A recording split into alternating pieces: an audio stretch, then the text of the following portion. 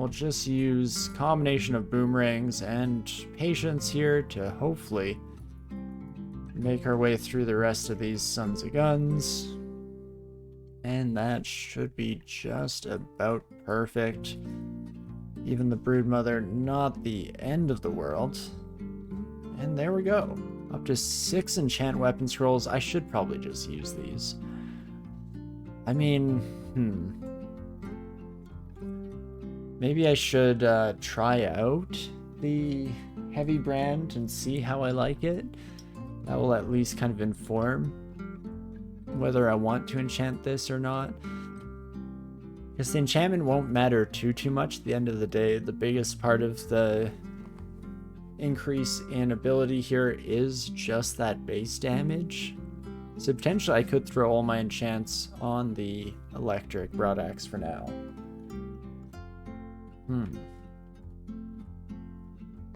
Let's at least use some of them, shall we?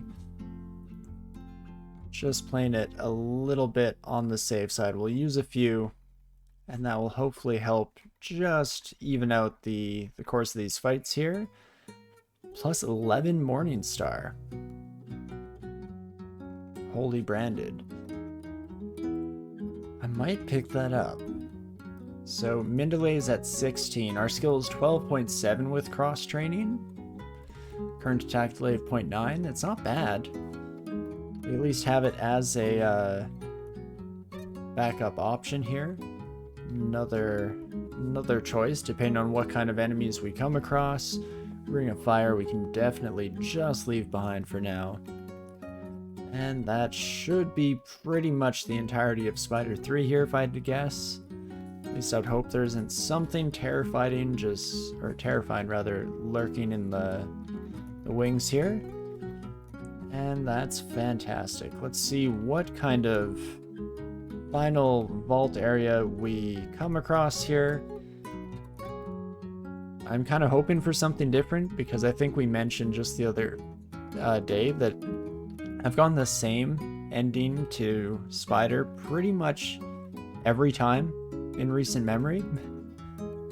So I'm excited to potentially get to see something a little bit different, or not, since that's so far looking to be the exact same as always. We'll drop the exclusion on these doors and continue exploring the rest of the level, hopefully clearing up a nice amount of safe space. Amulet of Reflection does crop up here. I'm almost gonna try out. It's a 147% multiplier with our current strength. If I use this strength ring, that goes up to 162.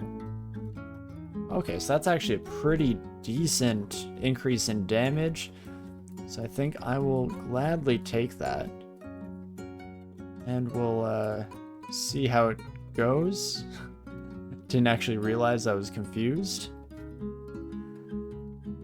In fact, I went through a series of thoughts there because I thought the orb was a snail at first glance, and then I also didn't realize I was confused, so it was just a mess, all in all.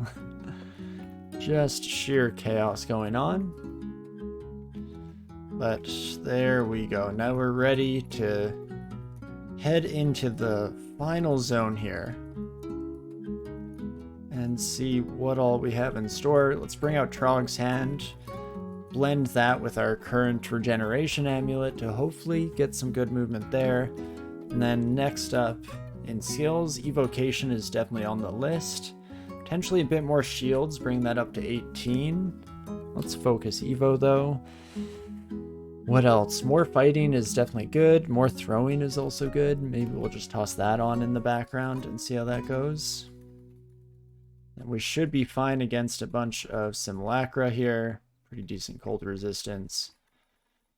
And we'll just start tabbing our way through the rest of our new friends here. Bit of electrical damage, but at least it was just an electric eel and not a spark wasp. So at this stage in the game, nothing we need to be too concerned about. And that should be fantastic. And once again, let's Let's actually drop the exclusion on these doors before I accidentally wander my way somewhere silly with auto explore. And we can just finish off the rest of the area, kind of ensure our retreat. Oops, there we go. That's what we meant to do. What's my best bet against you kiddos? Potentially just walking out to this slightly safer choke point. Only ever have to deal with 2 of them at once, at the very least. And Ghost Moth shouldn't be too much of a problem. Regular Hornets, same.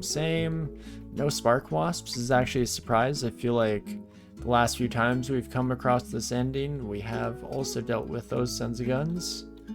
And I forget that I actually need to, or rather just should check these Scarves and Orbs to make sure that they don't have some kind of Randart effect. There we go. Got 2 of our S branches taken care of in the first hour of the stream here. Fantastic. And then, what else do we wish to do, if anything? I guess Orc still needs to be cleared. Didn't even realize that. Was there a reason I only did Orc 1? I probably meant to come back after clearing Lair and then started today and just kind of forgot about it. That would make a certain amount of sense. So, with that in mind, let's go to Orc, shall we? I did just notice how low our decks got based on the draining of Ghost Moths, so that's not ideal, but not the end of the world either, especially since we should be fine to just gain enough experience to offset all of that and bring us back up to a decent spot overall. Oh, hey, Roka. Nice to see you, my friend. Let us copy you. Box of Beasts, Brother in Arms, and we'll engage in a bit of a turf war here, shall we? Maybe being a bit hasty on my end, but I'm feeling pretty solid about our ability to work as a team here. Fantastic work, squad, and beautiful.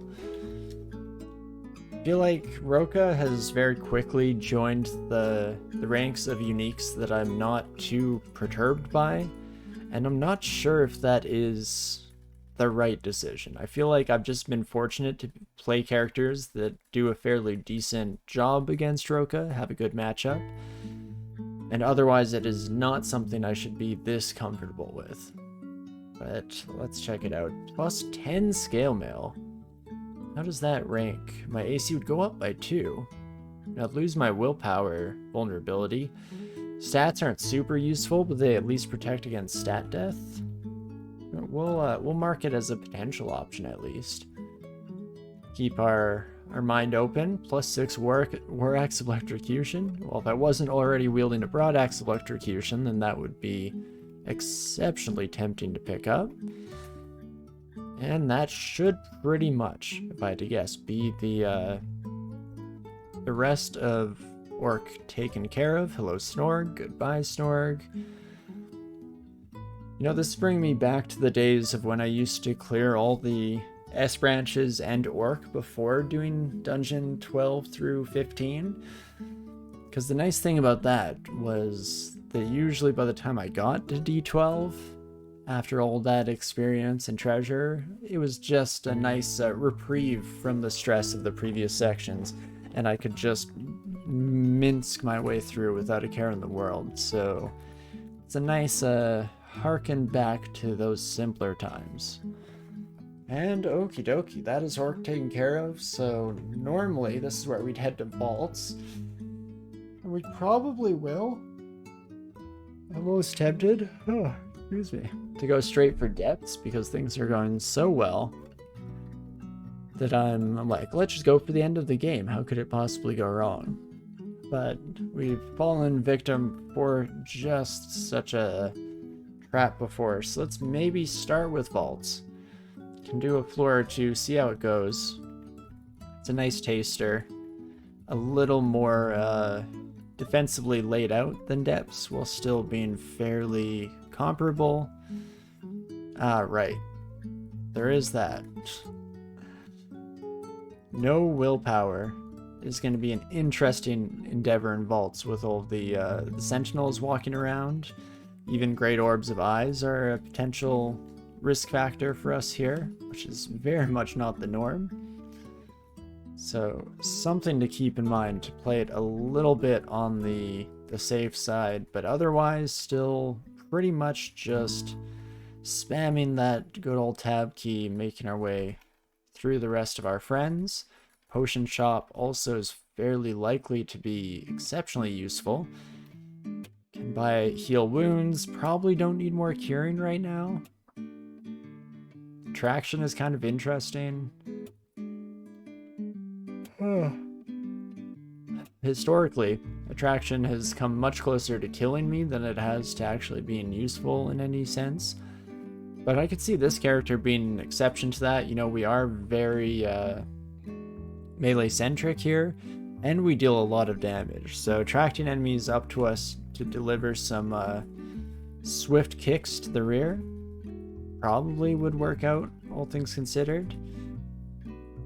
But we'll see what the future has in store here. Scroll of Poison, we can probably just leave for now. Not too worried about that. And hello, my new friends. Holy moly. Oh, and we'll wait a second for raiders to come in here before we do a bit of a hello. But so far, I mean, Vault's is going fairly smoothly.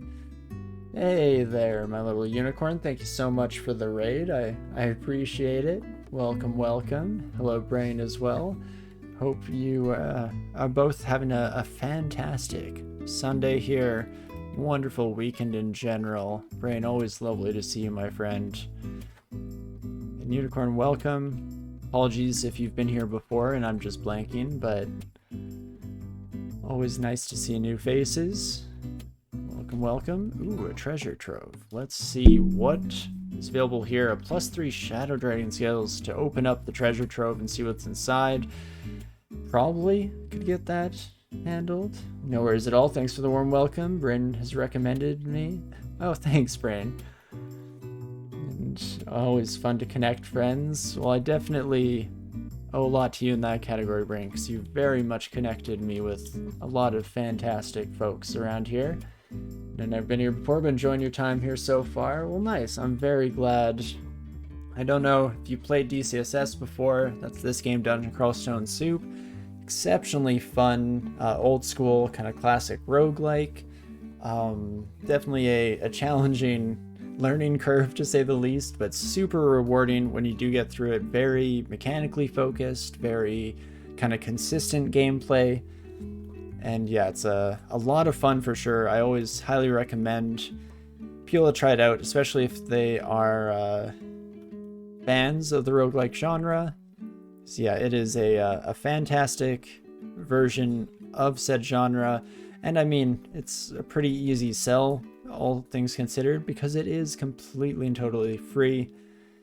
But again, does have some learning curve, and I know, at least for myself, first coming in, it was dying over and over and over again. But hey, if roguelikes have taught me anything at all, it is that dying is fun and learning is even more fun. So still a fantastic time all in all. But what were you playing on your side, Unicorn? I hope in general you were having a fantastic stream. And definitely, yeah, feel free to introduce yourself and what kind of content you make over there. Always happy to hear about new folks. Ooh, and a spectral broadaxe. I'm probably happy with our current broadaxe here with the electrical brand, but spectral is always an interesting thought. You know, having almost some like pseudo double damage when it comes forth in ghost form, at the risk of taking a bit of extra damage ourselves. It's an interesting proposition, to say the least. But Assassin's Creed 2, you never played the series, so you finished the first one 2 days ago, you believe, and continued the second one today. Nice, nice. I don't know if I ever got around to playing 2. I think I skipped 2 and 3. I played the first one pretty early on when it first came out. Then I think I skipped 2 and 3. A lot of my friends played 2. I might have played it at a friend's house at the time. But then I got hooked back on the series with 4. Black Flag is an incredible game and still holds up super well to this day. Very excited for you to hit that point in the series if you are planning to continue through. Because for a game that is, you know, part of an existing IP, part of an existing series, it is probably one of the best seafaring games I've ever played. The ship combat in that game is incredible. Super fun, and I'm a sucker for that for sure. Just common variety screamer. Don't like to say that you're good or not at games, so your friends always say that you're good. Just casual gamer with chill vibes that wants to make friends and have conversations, basically. Well, hey, you came to the right place. I definitely feel you there. I'm very much in a similar boat. I'm largely just here to have some fun, have a good time, and chat with all of the lovely folks that drop on by. Jeez Louise, as I keep getting confused by this Sphinx. Gotta hate it when that happens. So we'll use one of our god abilities here, Trog's Hand, to raise our willpower. That at least reduces the issues coming in from our Sphinx pal. There we go. Probably should have done that a little bit earlier. Kind of risked our life for no good reason, but that's fine. Trying to play and finish your games. Some 100%, some not. Depends if it's fun. But yeah, your goal is to finish all the games that you have on your account. That is a very bold plan. At least if your Steam account is anything like mine or most people I know, every once in a while I tell myself that I'm going to play through the majority of my games. But it's definitely a tough sell. Oh, and French Canadian, also forgot about that. Nice. Always happy to have another fellow Canadian around. I definitely love Quebec. I haven't visited it enough for sure. Mostly just kind of been through Montreal a couple times. But definitely always meant to visit for a bit more of an extended period. But absolutely lovely place. Do you live in Quebec, or are you French Canadian somewhere else in the country here?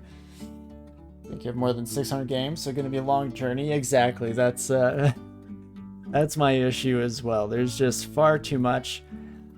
And what's crazy about it is that so many of those games are incredible, and there's just more coming out every day. It's a constant struggle, to say the least. Live very near Montreal, like 10-15 minutes from. Nice, that's awesome. Again, yeah, Montreal is a lovely city, but I haven't explored it nearly enough in my time. I feel like in general out east, I'm not too enough. I live in Alberta at the moment, and definitely have been meaning to go out east a bit more, especially now some of my family lives out in Ontario. So it's a good excuse to get out there and explore some parts of the country I've never seen, especially the Maritimes are somewhere I've always wanted to visit, since that's very different, or at least from what I've heard. Nice, Alberta sounds fun. I don't know how much I would wholeheartedly agree. I definitely have my issues with the province, but in general, it's a fine place. I mean, most of Canada at the end of the day, I'm pretty happy to live in, all things considered. I'm kind of a British Columbiaite at heart, probably. If I, could afford the ridiculous rent prices, and if I didn't have so many connections that keep me around the province here, I would probably head out somewhere else, either to BC or actually out east. The Maritimes was somewhere my partner and I were looking at a while back to potentially move, especially since they were thinking of going to school out east. And we have a couple of relatives that live out in Nova Scotia, kind of near Halifax, and it sounds like such a lovely place. So maybe one day that is in the cards for the future. But yeah, for the time being, pretty happy with where we're at, all things considered. So we start to take a lot of damage from all of our new friends here. Low. Let's call in Brother in Arms. And then on top of that, let's slow down a little bit here and actually think about what we're doing before I continue just smashing my face nose first into the brick wall that we call Vaults 4 here. Is there any defensive maneuver I can take? I mean, definitely head into the nice corridor here, make sure that we're not taking on all comers at once, because that's part of the issue. I mean, this son of a gun with the polearm is still going to be a problem with their reach, but probably not a horrible move all in all. We at least still have some healing potential at our side, so we could do so, especially since this buddy's Crystal Bolt could actually deal a lot more damage than I would care to see. And there we go. Fantastic. Able to make it through the group without too much of a worry here. Potion of Magic. We can probably just leave for now. What type of streamer am I? Seem very chill and knowledgeable at games. Well, thank you. I appreciate it. I don't know if I would agree with the knowledgeable side, but I definitely try to be on the chiller side of things. Historically, I would have labeled myself a bit more in the variety camp, but unfortunately been kind of pulled away from streaming more and more as of late, and so it's down to largely just playing DCSS every Sunday. And so I guess that makes me an old school roguelike streamer. Let's drink another heal wounds. Might be a little risky, but that's fine. And thanks for the stretch redemption. Definitely something I need to do more of, especially since I was mentioning earlier in the stream, I spent most of today doing a bunch of gardening. Got a couple bushes planted in the yard. And so I am just exhausted all day spent in the hot sun. I'm actually shocked that I'm not burnt. Maybe it's taken a long time to come in, but I'm still looking like pasty white, which again, I spent hours in the direct sunlight today, so that's just shocking to me. No idea how. But yeah, life happens. Totally understand it for sure. Yeah, especially, I've felt that, especially in these last couple weeks. For this game here, there was a tournament that just ended earlier today. And unfortunately, though I usually like to participate those in a bit, A, I didn't even know it happened to start off, and then B, I wasn't quite able to make the time to fool around and have some fun in it. So, you know, it is what it is. At the end of the day, still very happy with the current kind of balance I have between life and the fun of streaming. Still get to, you know, spend my days talking to lovely folks like you, Unicorn, and having a fun time while I'm at it. So what all is there to complain about, really? I'll sense in the shower later. That is very true. Yeah, that will be the final moment of truth to see just how terrible I've treated my skin the past day. But we shall see.